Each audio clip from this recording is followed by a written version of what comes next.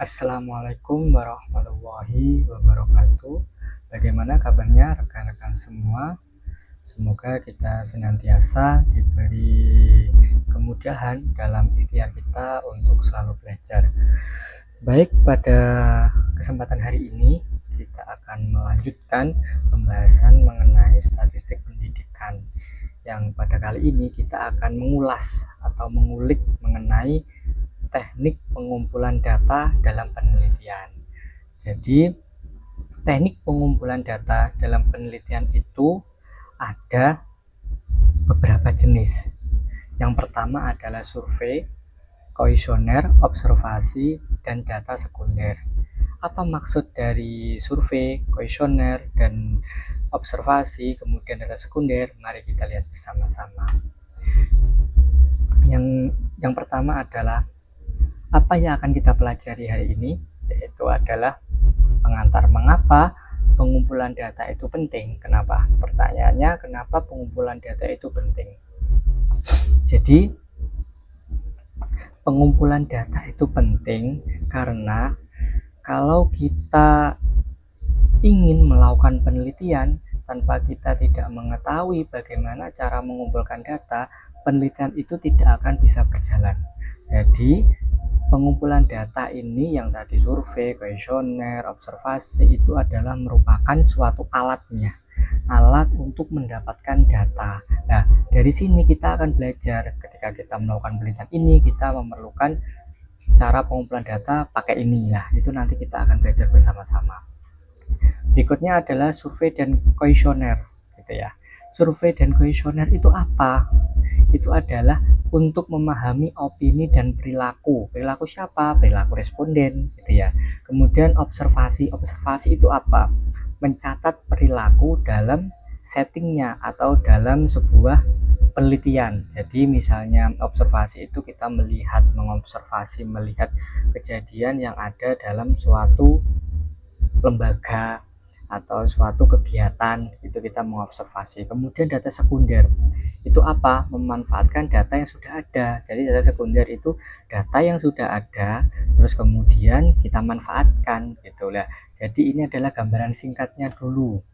Kalau survei itu seperti apa, observasi seperti apa, data sekunder itu seperti apa. Nanti kita akan bisa memilih ketika kita melakukan penelitian A, itu kita harus menggunakan teknik pengumpulan data yang mana, gitu ya.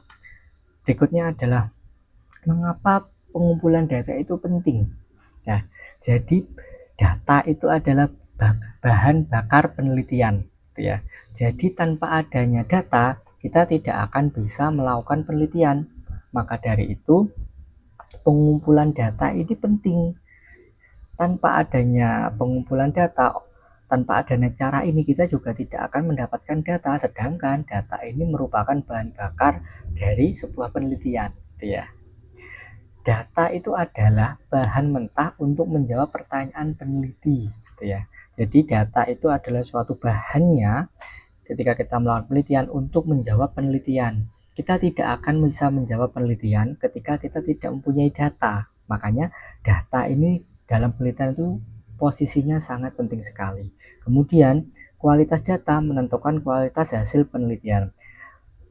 Misalnya kita mencari datanya itu asal-asalan, otomatis data yang kita dapat itu adalah data yang asal-asalan juga. Nah, secara otomatis juga itu hasilnya juga akan asal-asalan karena dari datanya saja kita sudah mendapatkannya bukan data yang bagus. Oh gitu lah. Makanya bagaimana cara mendapatkan data yang bagus? Makanya tadi ada teknik pengumpulan datanya. Manfaatnya di situ. Kemudian pemilihan teknik yang tepat sangat krusial untuk mendapatkan data yang valid dan reliable. Kenapa data itu harus valid dan reliable? Kalau data itu tidak valid dan reliable, berarti hasilnya juga tidak akan valid dan reliable, gitu ya. Kemudian ini kita mengenal satu persatu dari apa yang kita sebutkan di awal tadi. Yang pertama itu adalah survei atau kuesioner. Apa itu survei atau kuesioner? Jadi survei atau kuesioner itu kadang kita membedakannya akan agak sedikit sulit. Survei dan kuesioner itu apa? Mari kita bedah bersama-sama.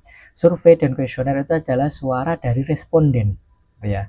Suara yang bentuknya seperti apa? Definisinya, pengertiannya adalah teknik yang sistematis untuk mengumpulkan data dari sekelompok responden dengan menggunakan serangkaian pertanyaan. Jadi, survei dan kuesioner ini untuk mendapatkan jawabannya dari responden itu, untuk mendapatkan datanya itu dengan menggunakan serangkaian pertanyaan. Jadi membuat pertanyaan.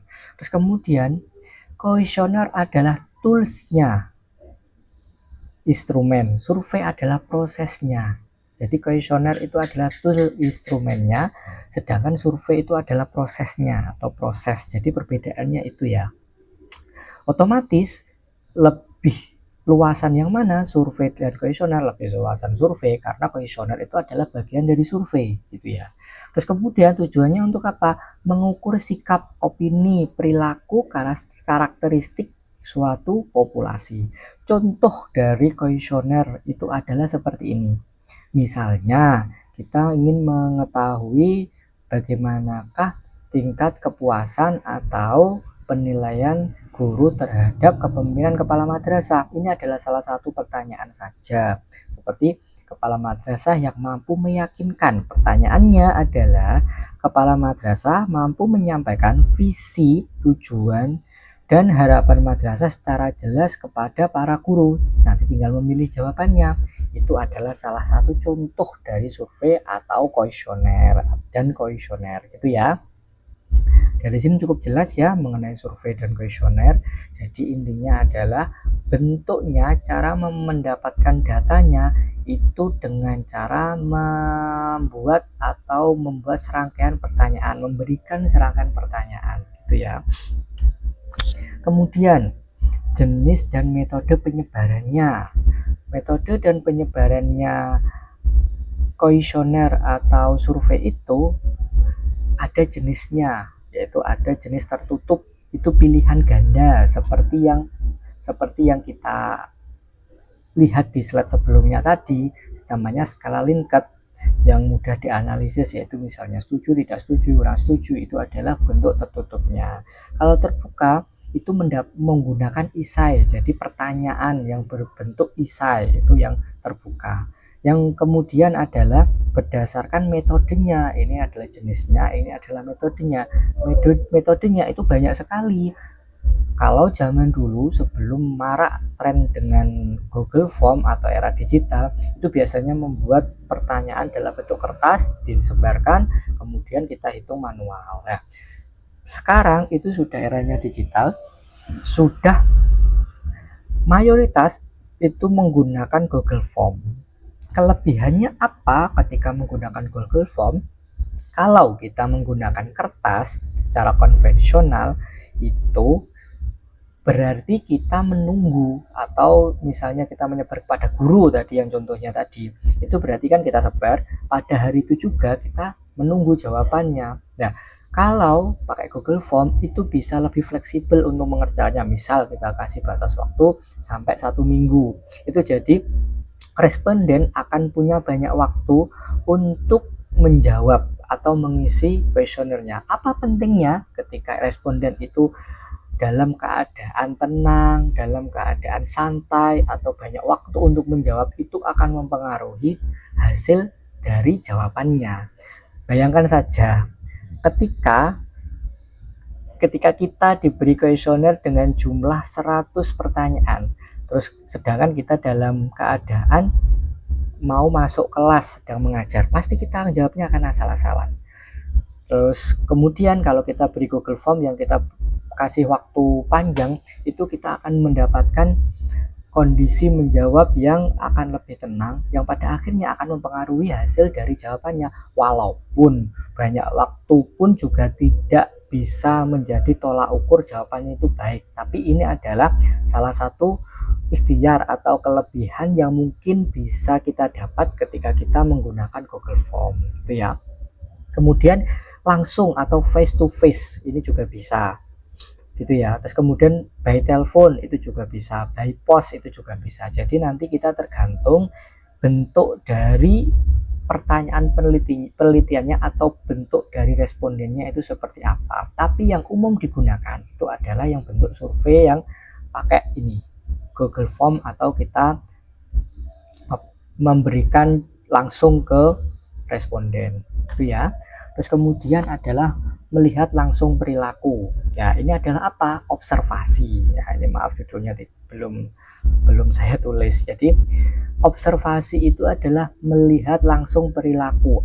Perilaku siapa? Perilaku orang atau perilaku yang ada di lembaga tersebut atau di tempat penelitiannya. Definisinya adalah teknik pengumpulan data dengan mengamati dan mencatat perilaku, kejadian, atau objek secara sistematis. Gitu. Jadi observasi itu jelas ya, artinya adalah mengamati.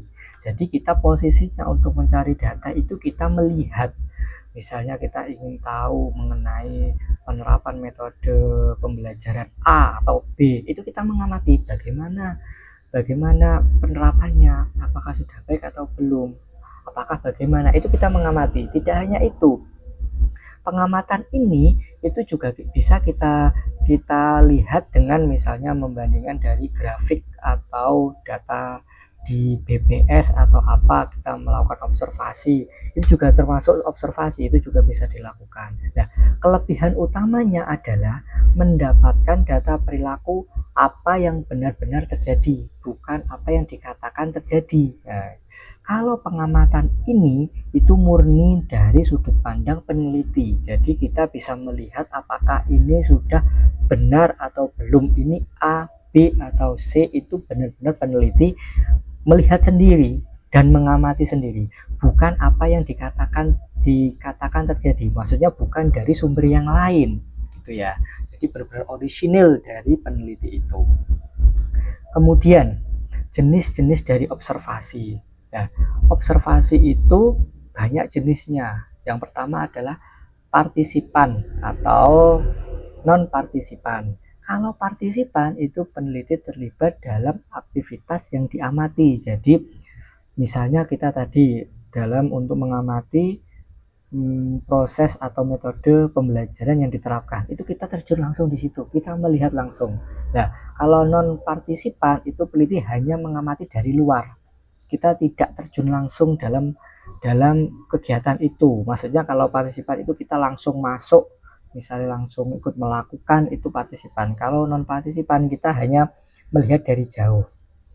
Nah, untuk non partisipan ini biasanya dalam penelitian kuantitatif itu untuk memperkuat rumusan masalah, untuk memperkuat latar belakang. Jadi kita mengamati kondisi yang terjadi di suatu lembaga itu tersebut untuk apa? Untuk mendapatkan gap atau masalah apa yang muncul dalam penelitian itu atau dalam lokasi penelitian itu yang nantinya akan kita giring atau kita lihat untuk kita benturkan atau kita tabrakkan dengan kondisi atau data yang sudah ada, gitu ya. Kemudian terstruktur dan tidak terstruktur. Kalau yang terstruktur itu menggunakan lembar observasi dengan kategori yang sudah ditentukan, gitu ya. Kalau yang tidak terstruktur ini adalah catatan terbuka dan deskriptif. Maksudnya apa? Dalam mengamati itu kita sudah, kalau yang terstruktur itu kita sudah mencatat hal-hal apa yang kategori-kategori apa yang harus ada. Misalnya dalam penerapan metode pembelajaran itu kita sudah mengantongi metode pembelajaran ini itu harusnya kategorinya seperti ini itu sudah ada. Tapi kalau terstruktur kita hanya mengamati dan kita catat apa yang ada di situ tanpa ada kategorinya. Terus kemudian disembunyikan atau terbuka. Disembunyikan itu subjek tidak tahu kita sedang mengamati, jadi diam-diam, gitu ya. Misalnya kita tiba-tiba datang bertamu terus bertanya tanpa kita menyampaikan, atau kita di lembaga kita sendiri terus kita diam-diam itu mengamati, itu juga masuknya adalah sembunyi. Kalau terbuka itu berarti kebalikannya, gitu ya. Terus kemudian yang ketiga adalah data sekunder. Data sekunder itu apa? Ini pengertiannya harta karun yang tersembunyi gitu ya. Jadi definisinya adalah data yang sudah dikumpulkan dan dicatat oleh pihak lain, bukan oleh peneliti itu sendiri. Kalau kuesioner atau survei dan observasi itu kita dapatnya sendiri, kita dapat datanya itu sendiri. Tapi kalau data sekunder itu kita mendapatkan datanya dari orang lain gitu ya. Jadi contohnya apa, nanti kita lihat. Terus bukan data mentah yang Anda kumpulkan sendiri, itu disebut data primer. Kalau data yang awal tadi seperti survei dan observasi itu namanya data primer. Karena apa? Data itu kita kumpulkan sendiri, kita cari sendiri. Kalau yang data sekunder ini kita dapatnya sudah dari pihak yang lain, baik pencatatan atau yang sudah dibuat oleh orang lain. Sumber internal, data dari dalam organisasi, laporan keuangan. Nah, ini salah satu contohnya. Misalnya Saman mau meneliti mengenai nilai siswa atau tren nilai siswa dari mulai tahun ini sampai ini gitu lah. Itu kan otomatis Saman harus minta data ke bagian tata usaha atau bagian tendiknya mengenai nilai dari siswa. Itulah, itu masuk dalam apa? Data sekunder, karena kita tidak mengumpulkan data itu, kita sudah dapat dari orang lain gitu ya.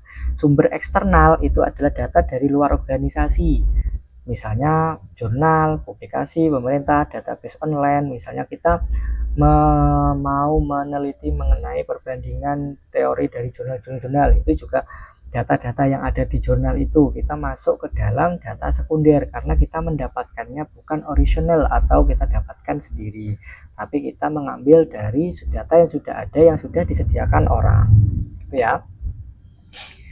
Mengapa dan bagaimana menggunakan data sekunder? Kelebihannya hemat waktu dan biaya. Jelas, karena kita mendapatkan dengan cuma-cuma, kita tidak butuh waktu untuk membuatnya atau menyebarkannya, bahkan mengumpulkannya. Kita hanya tinggal minta, makanya hemat waktu dan biaya. Memungkinkan analisa data longitudinal, perubahan waktu yang tadi saya contohkan, misalnya nilai dari tahun berapa sampai berapa itu ya. Sumber data yang luas dan berkualitas tinggi ya. Kualitasnya pasti tinggi karena data itu sudah benar-benar, misalnya gini, kalau data yang primer yang kita dapat itu bisa jadi kan orang menjawabnya itu dengan tadi asal-asalan, atau ketika kita mengamati itu orang yang kita amati atau lembaga kita yang amati itu tahu kalau kita mau mengamati, akhirnya dibaik-baikan, itu juga bisa. Tapi kalau kita mengambil data sekunder ini, itu kan memang itu track record yang ada asli, yang ada di suatu lembaga atau tempat penelitian. Kekurangannya data mungkin tidak sesuai 100% dengan yang kebutuhan peneliti, sudah pasti. Data yang kita dapat dari orang lain pasti datanya berbentuknya itu misalnya dari nilai saja. Nilai itu padahal misalnya kita membutuhkan nilai rata-ratanya saja dari kelas ini atau mata pelajaran apa saja, tapi ternyata data yang diberikan atau yang ada itu masih campur aduk ya, otomatis tidak sesuai 100%, kita harus tetap memilah lagi gitu ya. Terus tidak mengetahui konteks pengumpulan data dan data awal ya, karena kita tidak melakukannya, kita sudah dapatnya dari orang lain. Perlu evaluasi keakuratan. Nah, ini juga pastinya karena kita tidak dapat sendiri ya. Terus kemudian dari beberapa paparan mengenai teknik pengumpulan data, terus pertanyaannya, mana pengumpulan data yang paling baik dan benar? Bukan, jadi jawabannya bukan mana yang baik dan benar, tetapi adalah sesuai dengan keperluan yang ada. Jadi ketika kita melakukan suatu penelitian itu, kita hanya menyebutkan, kita hanya memakai teknik pengumpulan data yang kiranya itu kita butuhkan atau kita gunakan. Misalnya kita ingin mengetahui pengaruh kepemimpinan terhadap kepuasan, berarti kita ingin tahu bagaimanakah kepemimpinan kepala madrasah menurut para guru atau kepala sekolah menurut para guru. Berarti apa yang harus kita lakukan? kita harus menggunakan kuesioner atau angket. Nah, jadi nanti ketika kita memutuskan mau menggunakan apa, itu harus sesuai dengan kira-kira yang kita butuhkan itu apa. Jadi bukan mana yang terbaik ya, tapi mana yang kita butuhkan ya. Jadi itu yang bisa saya sampaikan mengenai teknik pengumpulan data. Semoga apa yang kita pelajari hari ini mendapatkan keberkahan bagi kita semua. Sekian dari saya. Wassalamualaikum warahmatullahi wabarakatuh.